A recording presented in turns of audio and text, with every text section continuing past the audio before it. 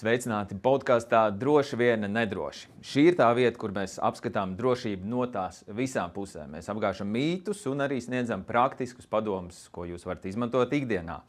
Un šīs epizodes tēma ir daudzdzīvokļu nama drošība, un pie mums ir eksperts studijā Balta juridiskā īpašuma un garantija riska parakstīšanas pārvaldes vadītājs Uģis Uškants. Sveiki! Un SIA Jelgavas nekustamā īpašuma pārvalde tehniskais direktors Oļegs Kukuts. Sveiks! Sveiki!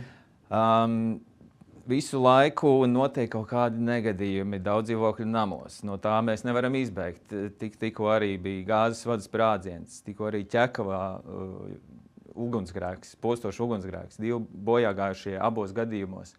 Vai daudzdzīvokļu nami ir kaut kādā veidā vairāk pakļauti šāda veida riskiem, kur kaut kas var notikt? Jo tur tomēr ir vairāk cilvēku un, kā mēs zinām, kur cilvēki tur ir problēmas.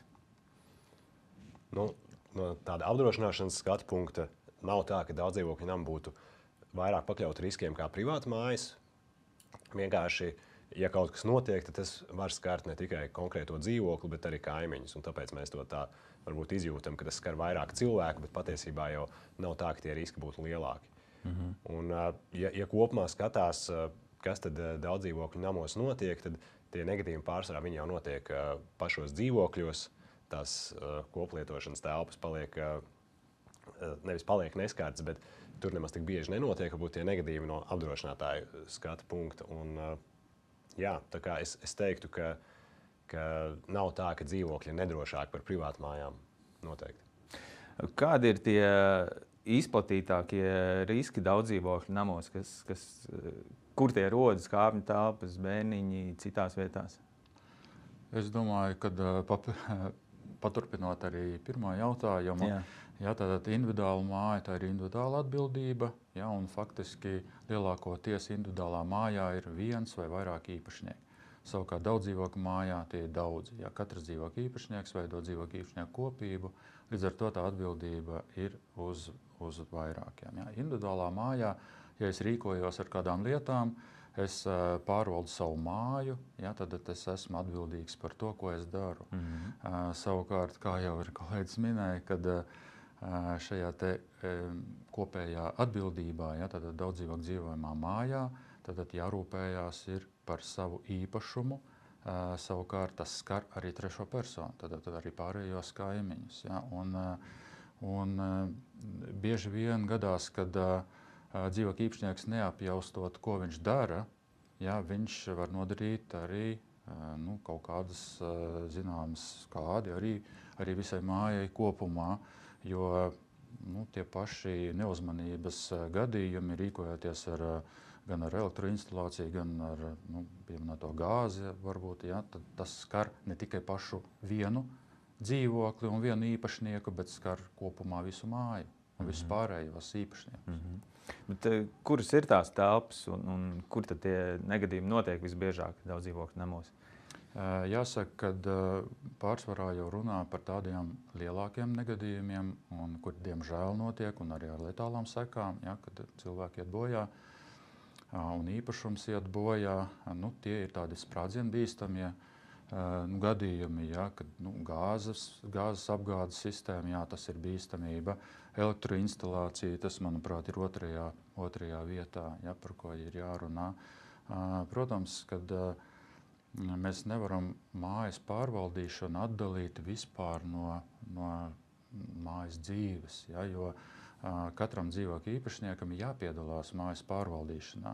Un ko tas nozīmē? Tad jāpieņem ir saimnieciski lēmumi. Tad jāsāk jau ar to, ka katram dzīvokļu īpašniekam, kad viņš iegādājās dzīvokli, viņš kļūst par kopības biedru, par mājas līdziepašnieku, un viņam ir tajā momentā jāsaprot, ka viņam ir līdzatbildība līdz ar visu māju.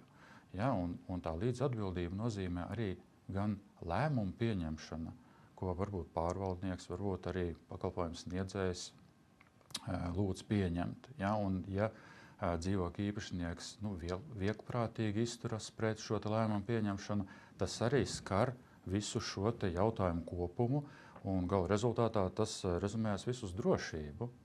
Jo lēmumu pieņemšana var būt gan par jumta seguma nomaiņu, jo mājā pieņemsim, ir bojāts jumta segums, notiek noplūdes, nopludina savu dzīvokli, varbūt kaimiņu dzīvokli. Nedod Dievs, tiek nopludināta varbūt elektroinstalācija, kas var izraisīt kaut kādus atkal drošības jautājumus. Ja? Tātad visi šie jautājumi skar faktiski katra mājas sastāvdaļa. Ja to nepareizi lieto vai nepienācīgi izturās pret to, tad var kļūt par bīstamu. Es varbūt papildināšu par to, kas nonāk apdrošinātāju redzeslokā. Tad, tā skaitliski, protams, visvairāk ir tieši caurvadu plīsuma gadījumi. Tas biežāk pat notiek pašā dzīvoklī. Kaut kāda lielāka vai mazāka caurlīte plīst. Un bieži vien tas apludina ne tikai dzīvokli, bet arī kaimiņus. Un patiesībā tas var apludināt arī kaut kādas kāpņu telpas, var liftus bojāt, ja ir kāda lielāka noplūde. Tā kā tas, es teiktu, ūdens problēmas, tas ir tāds numur 1 risks skaita ziņā tieši. Ne summu ziņā, bet skaita ziņā. Ja runājam par tādiem dabas untumiem, tad pēdējos gados man šķiet arvien uzskatāmāk redzam, ka dažādas vētras, stipras vēja, brāzmas atrauj jumtus, uzgāž koku uz žogiem, uz ēkām un tam līdzīgi. Līdz ar to tas ir kaut kas tāds, kas ir pēdējos gados arī izvirzījies starp top lietām, kas notiek ar dzīvokļu ēkām. Un tad jau nāk tādi varbūt ikdienišķāki un dažreiz, kur kaut kāds huligānisms vai citu personu darbības parādās, ka notiek kādas apzīmēšanas ēku, automašīna notriec barjeru, iebrauktuvei pagalmā. Un, ja runājam par šiem varbūt lielākiem un bieži vien traģiskajiem gadījumiem, kur ir ugunsgrēki, gāzes sprādzieni, tad šie viņi notiek retāk, bet atkal tās sekas ir vispostošākās. Un šeit arī jāņem vērā, ka jāatcerās, ka viens ir varbūt, ja runājam piemēram par ugunsgrēkiem, viens ir šīs tieši, ko ugunsgrēks nodara, bet pat ja ir uguns izcēlusies tikai vienā dzīvoklī, un dzelzbetona mājās tas ugunsgrēks bieži neizplatīsies tālāk par to dzīvokli, bet viņš nokveipinās visas telpas, sabojās fasādi, ugunsdzēsēji, dzēšot šo ugunsgrēku, nolies ļoti lielu daļu, ja ne visu ēku, iespējams uzlauzīs jumtu, ja tas ir kaut kur augšējos stāvos. Ja? Līdz ar to es teiktu, ka kā jau vienmēr ir gadījumi, kas notiek ļoti bieži, bet varbūt kur tās sekas summu ziņā nav tik lielas. Un tad ir tādi gadījumi, kas notiek retāk, bet pret kuriem, manuprāt, ir noteikti jācenšas sev pasargāt pēc iespējas, lai nebūtu tik liela postījuma. Bet, piemēram, runājot kaut vai par šiem pašiem cauruļvadu bojājumiem, cik tur ir atbildīgs par to tas dzīvokļa īpašnieks vai īrnieks, un cik ir atbildīgs apsaimniekotājs, ka viņš nav pienācīgi apskatījis tās caurules, un tā rezultātā caurules ir plīsušas, ir nopludināts 1, 2, 3 dzīvoklis. Kur tā atbildība sadalās? Šī atbildība tiešām sadalās gan arī likuma izpratnē. Likums arī nosaka to, ka kādas darbības jāveic pārvaldniekam. Pārvaldnieks veic regulāras pārvaldīšanas uzdevums, regulārās darbības, bet pat likums nosaka, ka ne jau visur pārvaldnieks tiek iekšā un ne jau visu redz. Un pārvaldnieks apseko tās vietas, pie kurām ir nodrošināta piekļuve. Katram dzīvokļa īpašniekam arī ir kaut kādi pienākumi. Diemžēl dzīvokļa īpašnieki bieži uzskata, ka viņiem tādu pienākumu īsti nav, atbildība īsti nav. Tad ir nopircis dzīvokli un tas ir mans īpašums, es tur dzīvoju. Tā īsti nav, un katram īpašniekam ir jānodrošina gan piekļuves pie koplietošanas šīm te instalācijām, pie ierīcēm. Tad bieži vien lielākoties kaut kādas noplūdes notiek varbūt stāvvados, šahtās, kas ir aizbūvētas, un katram dzīvokļa īpašniekam jau faktiski šīs piekļuve pie koplietošanas stāvvadiem ir jānodrošina. Kas notiek ikdienā, kad nopērkam dzīvokli, mēs vēlamies uztaisīt sev tādu kapitālu remontu, lai mums būtu viss glīti, skaisti. Tad virtuvēs mums ir koplietošana, šīs kanalizācija un ūdens apgādes sistēma, šahtas. Nepatīkami, ja viņas tur stāv vaļējas tādas, tad mēs aiztaisām ciet, noflīzējam, kvalitatīvi aiztaisām ciet. Un kas notiek iekšpusē, Jā, tad mājas ir celtas jau 30, 40, 50, 60 gadus atpakaļ. Šīs komunikācijas bieži vien nav mainītas, tās ir vēl no mājas būvniecības laika. Jā, tāda faktiski tās jau ir nokalpojušas, viņas vajadzētu jau mainīt, bet dzīvokļu īpašnieki nelēma par šādu darbu uzdevumu došanu pārvaldniekam, lai pārvaldnieks varētu organizēt šo darbu veikšanu. Ja, jo visi jau reducējas uz to, ka kādam par to ir jāsamaksā. Ja, un dzīvokļu īpašnieki, diemžēl, viņiem ir jāmaksā par savu īpašumu uzturēšanu un par to, lai tā māja būtu droša. Ja, un ja dzīvokļu īpašnieks nenodrošina šo piekļuvi pie koplietošanas inženieru tīkliem, tad pārvaldnieks arī viņam nav iespējas apsekot, ja, un redzēt, kas notiek. Taču šim dzīvokļu īpašniekam gan ir uzdevums un pienākums informēt pārvaldnieku, ja viņš ir konstatējis, ka veidojas kaut kādas aizdomas, ka tur tie ūdens vadi varētu neizturēt, ka tie varētu varbūt korodēt, varbūt ir kaut kādas noplūdes jau pazīmes pēc noplūdēm. Un tas viss jāinformē pārvaldnieks, un pārvaldnieks tad tūdaļ organizē šo visu remontu darbu, lai novērstu šādas nebūšanas. Bet jūs, pieņemsim, preventīvi nevarat pateikt, ka jūs zināt, teiksim, māja tur ir eksploatēta jau 40 gadus, jūs zināt, ka tās caurules, jebkurā gadījumā kaut kad viņas toņi plīsīs, un jūs tagad dzīvokļu īpašniekiem sakat, nav varianti, ir jāmaina, vai arī jūs toņi aplūdīsiet. Jā, tieši tā arī notiek, ne tikai mūsu pārvaldīšanā esošajās mājās, un kā mēs kā pārvaldnieks, bet arī visi pārējie pārvaldnieki ar to nodarbojas, un informē dzīvokļu īpašniekus. Mēs redzam, mēs saprotam, ka šīs atbilstoši normatīvajam regulējumam ūdensvadu caurules kalpo tik un tik gadus. Ja? Faktiski viņas kalpo ilgāk, bet mēs redzam, ka veidojas arvien vairāk bīstamības, tuvojoties šim kalpošanas laika beigām vai pārsniedzot šo laiku. Un tāpēc mēs informējam dzīvokļu īpašniekus, kad viņam jāpieņem lēmums par visu tīklu nomaiņu, kas jau ir nokalpojuši.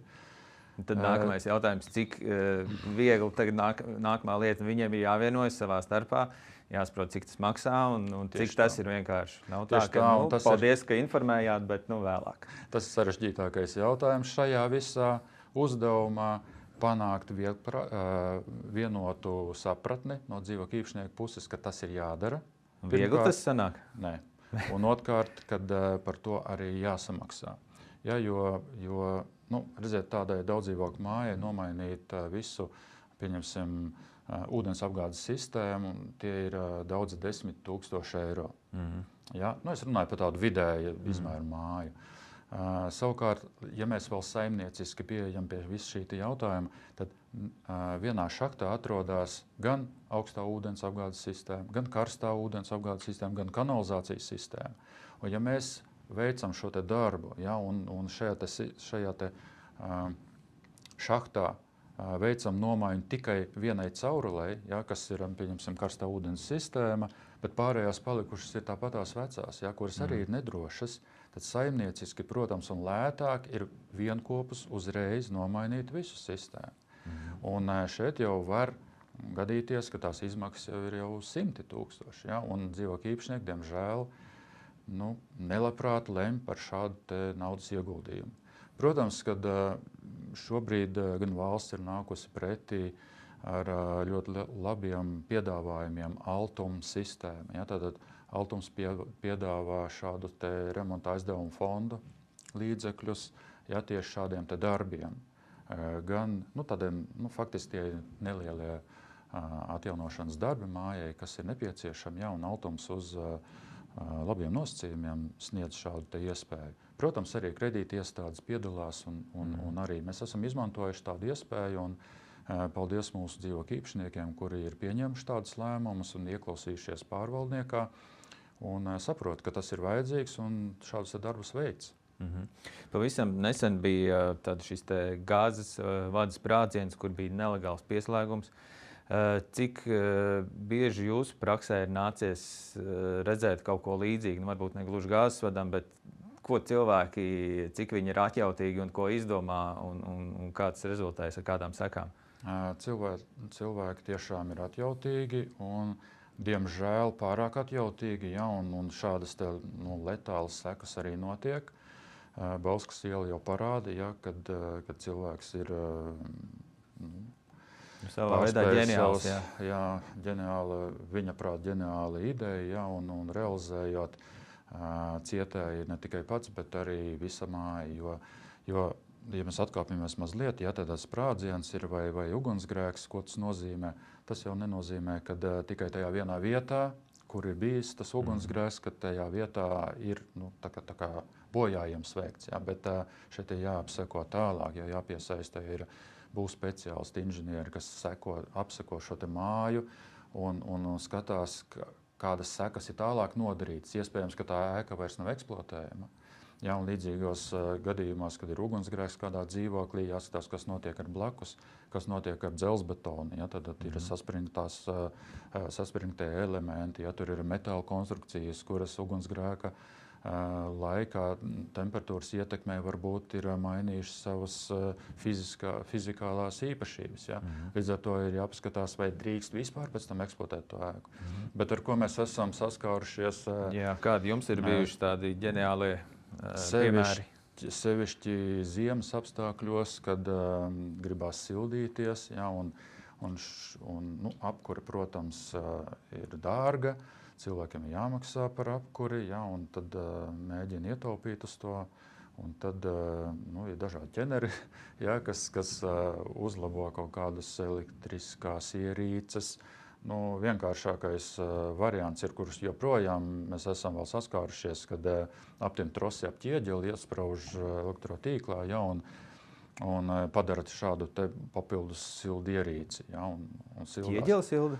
Jā, protams, tā ir veca jau zinātne, ja, kad šādā veidā jau diezgan sen to ir pielietojuši gan ar žiletēm, savienojot kopā, ja, un sildot ūdeni. Tā kā tā izdomām, manuprāt, nav robežu, bet, protams, ir nelegāli pieslēgumi pie apkuras sistēmām, pie papildinot radiatorus, ja, kas ir siltķermeņi dzīvoklī, ja, pieliekot klāt papildu šos siltķermeņus un nepareizi to darbu darot. Protams, kad gāzes sistēmas arī ir bijušas, kad mēģina pārvietot gāzes skaitītāju citā vietā, ja, un pašrocīgi to darot. Bet labi tas, kad jāaicina arī dzīvokļu īpašniekus, kaimiņus, jūtot kaut kādas gāzes smakas, jau uzreiz ziņot pārvaldniekam, gāzes avārijas dienestam. Katrā pilsētā ir varbūt operatīvie dienesti, ja, un Jelgavā arī ir 8787, kas ir momentāli sazvanāms numurs, kas reaģē uz jebkuru izsaukumu. Ja. Tad mēs mēģinām šo te drošību nodrošināt, lai maksimāli padarītu drošu šo te dzīves vidi. Ne tikai pašam dzīvokļu īpašniekam, bet visai mājai kopumā un varbūt arī visai pilsētai. Uģi, varbūt ir arī kādi piemēri?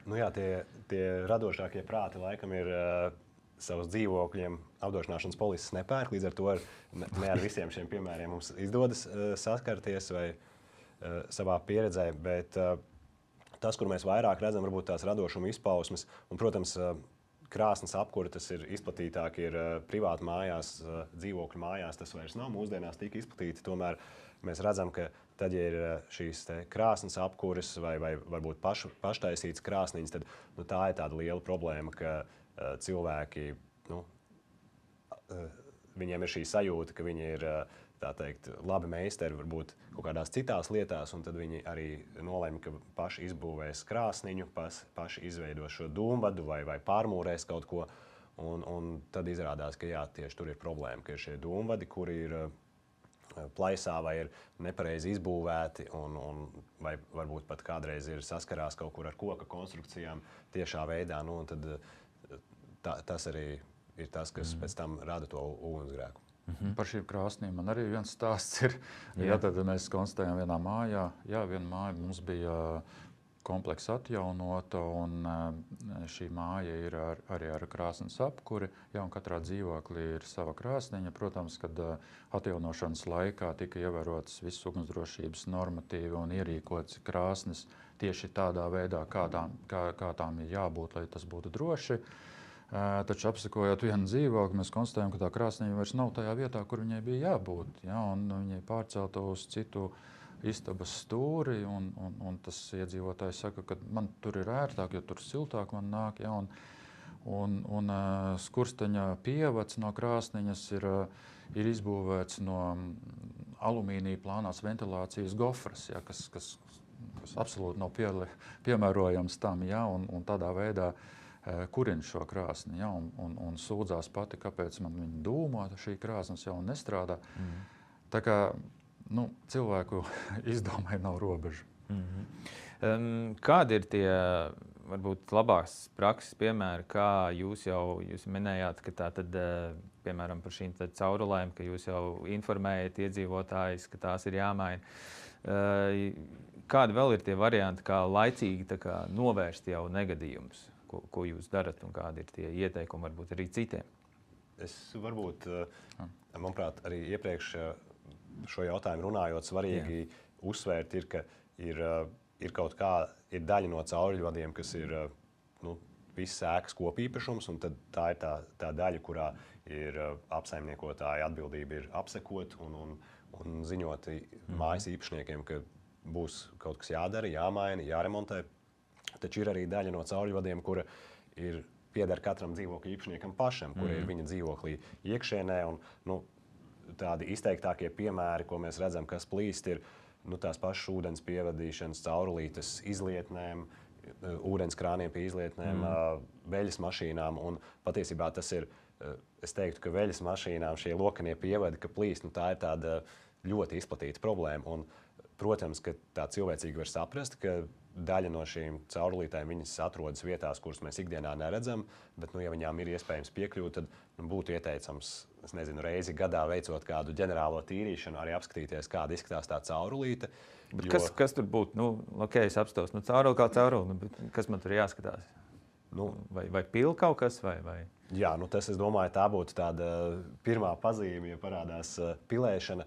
Tās caurulītes ir, teiksim, daudz vieglāk nomainīt nekā viņa, ja viņa pil, viņa kādā brīdī sāks pilēt vēl straujāk un tecēs ar tērcīti. Ja nopludina dzīvokli vai nopludina kaimiņus, tad mēs runājam par bieži vien daudziem tūkstošiem eiro vai pat 10 000. Un te arī tie scenāriji ir ļoti dažādi. Ir viena situācija, ja es ieeju vansidabā un pamanu, ka pēķīte ir izveidojusies un es viņu varu saslaucīt, noslēgt ūdens padevi, bet mūsu pieredzē mēs redzam, ka ir arī situācijas, kur es esmu aizbraucis atvaļinājumā, ja, un es atgriežos pēc nedēļas, un tur jau tikmēr man ir kaimiņi jau ir tur izklauvējušies pie durvīm, varbūt, nezinu, kāds nolēms uzlauzt durvis, ja, lai apturētu to ūdens noplūdu. Līdz ar to, ja mēs kaut ko pamanām, ka tas ir aizdomīgi, ka pil, ka izskatās, ka kaut kādas sāk plaisāt, vai, piemēram, ja tās ir plastikāta caurulītes, ka viņas tā plasmas ir kļuvusi cieta un neelastīga, tad ir jādomā, nevis jādomā, bet ir jānomaina tā caurulīte, un tas izmaksās krietni lētāk nekā tad, ja būs šie 1000 eiro mērāmie bojājumi. Mēs runājam par dzīvokļu īpašnieku atbildību, par apsaimniekotāju atbildību. Katram ir jāpārbauda, viss kaut kas jāskatās. Bet, ja dzīvoklis tiek izīrēts un ir dzīvoklī dzīvo īrnieks, tā atbildība par nekustamo īpašumu, par to dzīvokli, tā vēl aizvien ir uz īpašnieku pleciem, vai tad jau ir īrnieks atbildīgs par to? Protams, ka īpašnieks ir atbildīgs par savu nekustamo īpašumu. Starp īpašnieka un īrnieka šīm savstarpējām attiecībām, tad viņi ir atbildīgi savstarpēji. Ja, protams, kad šim īrniekam ir jāsaprot to, ka viņš neīrē atsevišķu dzīvokli, kas atrodas atsevišķi no šīs mājas. Mēs nevaram to atsevišķo dzīvokli izņemt ārā, nolikt pagalmā, ja, un tagad tu īrē šo, un tu tikai par šo te atbildi. Ja. Protams, kad uzņemoties šo te īrnieka lomu, viņš ir atbildīgs arī par to, ko viņš būs nodarījis arī pārējiem kaimiņiem, kas ir viņa kaimiņi, bet nav līdz īpašnieki, jo viņš ir tikai īrnieks. Jā, bet vai īrnieks arī, ja viņš redz kaut kādus tādus bojājumu pazīmes, kas var novest pie lielākiem bojājumiem, kas ir tā pirmā lieta? Labāk zvanīt uzreiz apsaimniekotājiem vai īpašnieki informēt, un kas ir vienkāršākais un ātrākais variants? Obligāti jārēģē momentāli. Ja? Un šajā gadījumā jebkurš dzīvokļa īpašnieks vai īrnieks, kas dzīvo mūsu pārvaldītajās mājās, zina, kad mūsu pilsētā, mūsu organizācijai ir avārijas dienests, kurš nekavēties reaģē uz jebkuru izsaukumu. Ja, un ne visi zina telefonu numuru, uz kuru ir jāzvana, ja ir konstatēts kaut kas, kaut kādas aizdomīgas lietas, ja, vai nedod Dievs ir kaut kāda nelaime notikusies, vai noplūde, vai vēl kaut kādas pamanītas lietas, ja, tad zvana uz avārijas dienestu, kurš momentāli reaģē. Avārijas dienests pieņem ziņojumus no jebkuras personas, ne tikai dzīvokļa īpašnieki, bet arī gan no īrnieka, gan no garām gājēji. Jo var gadīties arī situācija, kad pilnīgi kāds viesis, kas ir iebraucis pilsētā, iet gar māju, un viņš konstatē kaut kādu bīstamību, kaut kas ir noplīsis, un tūlīt nokritīs, kaut kāda bīstamība.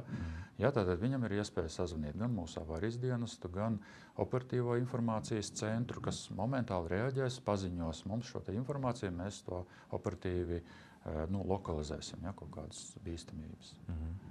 Es varbūt vēl papildināšu par tām atbildībām, ka īpašnieks, īrnieks, tad mūsu pieredzē arī, protams, mēs redzam sevišķi šie nopludināšanas gadījumi, kur varbūt pat īrnieks ir aizmirsis aizgriezt ūdenskrānu un nopludināts apakšējais dzīvoklis.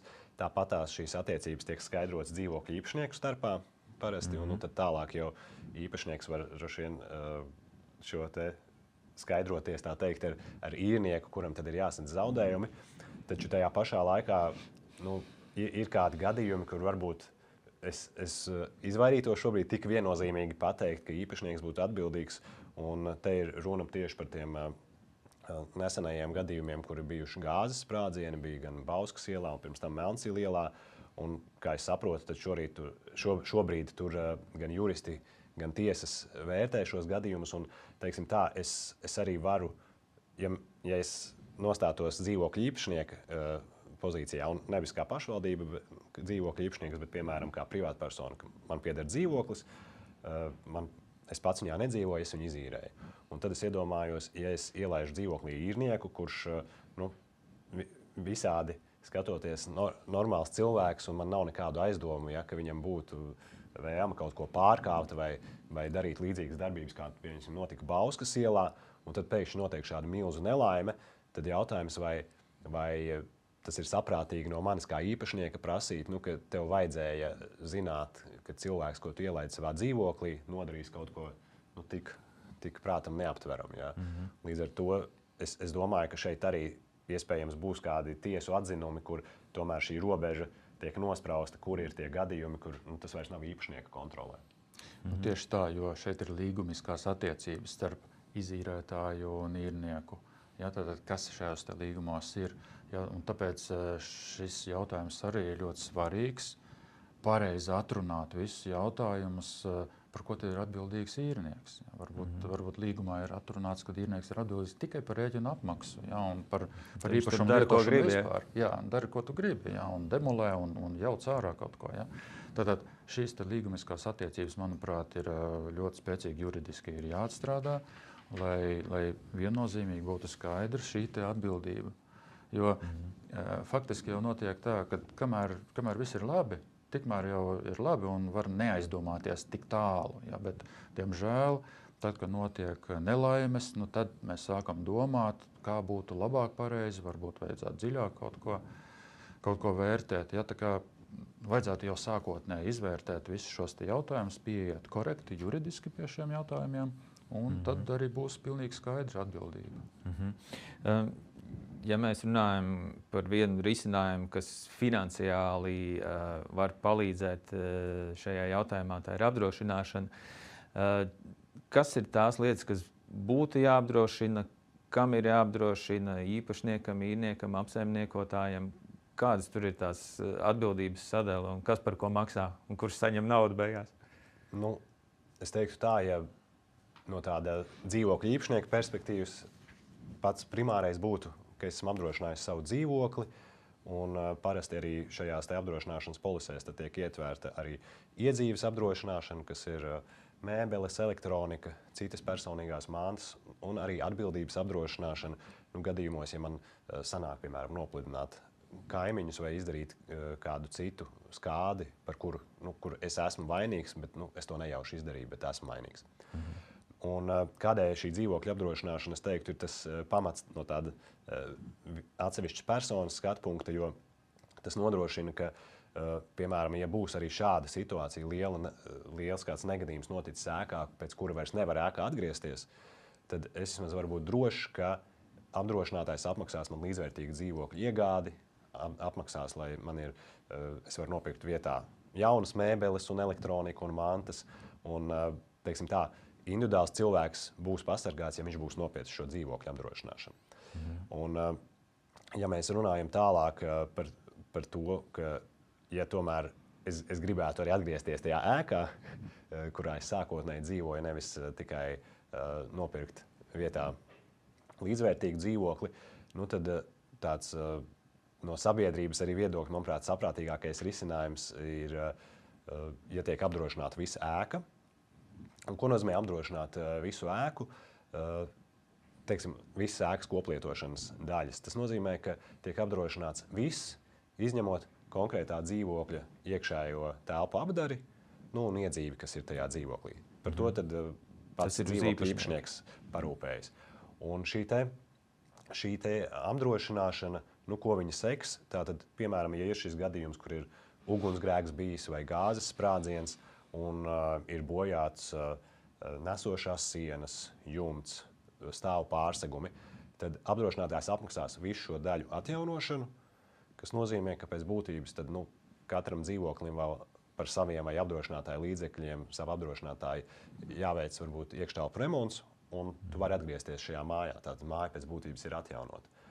Un kas to organizēs, var pateikt no apdrošinātāja pieredzes, pēc tam varbūt Oļegs papildinās, bet pēc mūsu pieredzes šīs te polises vai nu pērk dzīvokļu īpašnieku biedrība, tātad dzīvokļu īpašnieki paši ir organizējušies, vai arī dzīvokļu īpašnieki uztic šo te uzdevumu organizēt apdrošināšanu apsaimniekotājiem, un tad apsaimniekotājs aptaujā apdrošinātājus un noslēdz apdrošināšanas polisi. Un vēl ko svarīgi pieminēt, ka tas manā skatījumā nav nemaz tik dārgs prieks, tādēļ, ka pēc tās mūsu pieredzes parasti dzīvoklim tas izmaksā 1 līdz 3 eiro mēnesī pie ikmēneša komunālo pakalpojumu rēķina.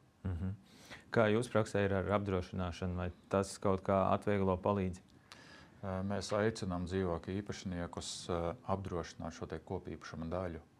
Ja, jo atceramies, vēl nesen pāris gadus atpakaļ bija lielie plūdi, ja, un vētras, kur mājām bija norauti jumti, apludināti pagrabi, ja, un iedzīve gāja bojā, ja, un elektroinstalācijas izgāja no ierindas. Ja, līdz ar to bija ļoti daudz zaudējumi. Ja, un tām mājām, kuras bija apdrošināts, viņas saņēma apdrošināšanas atlīdzību. Ja, un par to naudu viņi varēja atjaunot ēku, lai varētu turpināt eksploatēt, ēka būtu droša, ja, un tādā veidā. Jāsaka, ka dzīvokļu īpašnieki vēl ir kūtri uz šo pakalpojumu, ja, jo uzskata, ka varbūt nekas jau nav noticis līdz šim, un gan jau nenotiks, un vēl jau nemaksāsim, ja, un būs jau labi. Bet, diemžēl, tad, kad notiek, tad ir jāmeklē uzreiz nauda, un tad ir atkal otra galējība, ja, kāpēc jūs nepiespiedāt mūs, ja, to darbu darīt. Bet mēs, kā pārvaldnieks, nevaram piespiest. Mēs varam tikai ieteikt, bet dzīvokļu īpašnieki ir tie, kas lemj par savu māju. Jāsaka, ka mēs diezgan daudz arī organizējam ēku atjaunošanas projektus, ja, jeb, kā tautā pazīst māju renovācija, ja tad renovējam ēkas, un šeit ir finansējums, kas tiek piesaistīts arī no finansētāja, kas ir gan gan Altum, gan bankas, ja, tad kreditējušās bankas, un banku nosacījums viens no tiem ir, ka pēc ēkas atjaunošanas ir jāapdrošina ēkas par šo te ieguldīto finansējumu apmēru. Ja? Un šīs mājas neprotestē, tās automātiski tiek apdrošinātas, bet mūsu pārvaldē ir arī mājas, kuras labprāt jau izmanto šo te apdrošināšanu. Ir bijuši gadījumi, kad apdrošināšana ir nostrādājusi un cilvēki ir jutuši labumu, un nākamajās periodās viņi saka, ne, mēs turpināsim apdrošināšanu. Ja? Tā kā, varbūt slikti, kad tā apdrošināšanas nepieciešamība, tāda cilvēks saprot, ka tas ir vajadzīgs tikai pēc negadījuma, ja, bet ir mājas, kuras arī lemj jau preventīvi tam. Ja mēs runājam par īrnieku, kurš dzīvo īrētā dzīvoklī, īpašnieks ir apdrošinājis, viss ir kā sakārtojis, bet ja šajā negadījumā iet bojā īrnieka manta, kā īrnieks var apdrošināties pret kaut kādiem negadījumiem un arī finansiāli pēc tam dabūt atpakaļ kādu naudiņu pēc negadījuma? Lai apdrošinātu savu mantu, nav obligāti jāpērk dzīvokļa apdrošināšanas polise. Īrnieks var arī nopirkt atsevišķu apdrošināšanu tieši savai mantai. Atkal šī iedzīve, ko jau es minēju, mēbeles, elektronika, dažādas citas lietas, velosipēdi un tam līdzīgi. Tātad var nopirkt šādu apdrošināšanas polisi. Un vēl es arī ieteiktu, ka ir vērts nopirkt to pašu, mēs to saucam par cilvēktiesiskās atbildības, jeb CTA apdrošināšanas polisi, kad apdrošina īrnieks savu atbildību pret visām apkārtējām personām, tā skaitā pret dzīvokļu īpašnieku, jeb izīrētāju. Un tad tas nozīmē, ka īrnieks arī tad, ja viņš būs nejauši kaut ko bojājis dzīvoklī, piemēram, pārbīdot mēbeles, sabojājis parketu vai apgāzis īpašnieka televizoru, ja, tad apdrošināšana apmaksā šos zaudējumus. Par atbildības apdrošināšanu, ka man uzreiz ir jāizceļ viens svarīgs punkts, ka runa ir par nejaušiem vai neapzināti nodarītiem bojājumiem, bet tad, ja mēs esam dusmīgi uz dzīvokļu īpašnieku un kaut ko apzināti salaužam vai bojājam vai kaut kādus pārkāpjam likumus, ja, kā tas bija, diemžēl, Bauskas ielas gadījumā, rupji, tad gan apdrošināšana tur vairs nepiedalās un cilvēkam ir jāatbild pašam par to, ko viņš ir tīši bija dažreiz varbūt ļaunprātīgi nodarījis. Ja ir apdrošināšana, tas nenozīmē, ka tu vari visu kaut ko šķaidīt, ne par ko nerūpēties, ja, un vienkārši dzīvot. Jā, tas apdrošināšana ir domāta negadījumiem. Tā nav domāta tīši. Postīšanai? Jā, tīši, ka kaut ko nodara. Labi, kungi, varbūt noslēgumā ir kādi tīri praktiski ieteikumi, daži, ko ik viens cilvēks, vai tas ir īpašnieks vai īrnieks, var darīt, lai novērstu negadījumus savos mitekļos? Domāju, ka noteikti katrs dzīvokļa īpašnieks vai īrnieks vai iedzīvotājs, ja, tad var novērst jau preventīvi, neizmantot lietas, kuras varētu šķist it kā sākotnēji tā kā nedrošas, bet saprast to, ka apziņa par to, ar mani jau nekas nenotiks slikts, ja, tā nevar uztvert, ja, šo te visu situāciju, jo tie paši pagarinātāji mājās, ja, mazliet dzirksteļo, tas jau nekas šoreiz izturēs, ja. Tādas domas ir, ja, tā pati svecīte, kas ir palikusi uz plauktiņa, ja, un es jau tur pieskatu viņu, ja, bet ir tikai 1 sekunde, kad ir jau garām kaut kas, ja, un protams, kad iesaistīties kā saimniekam šajā te mājā, kurā viņš dzīvo, saimnieciski attiekties pret savu īpašumu. Ne tikai pret savu personīgo, bet arī par kopīpašumu, rūpēties, organizēt darbus, piedalīties lēmumu pieņemšanā, ziņot par kaut kādiem pārkāpumiem, kurus viņi ir ieraudzījuši.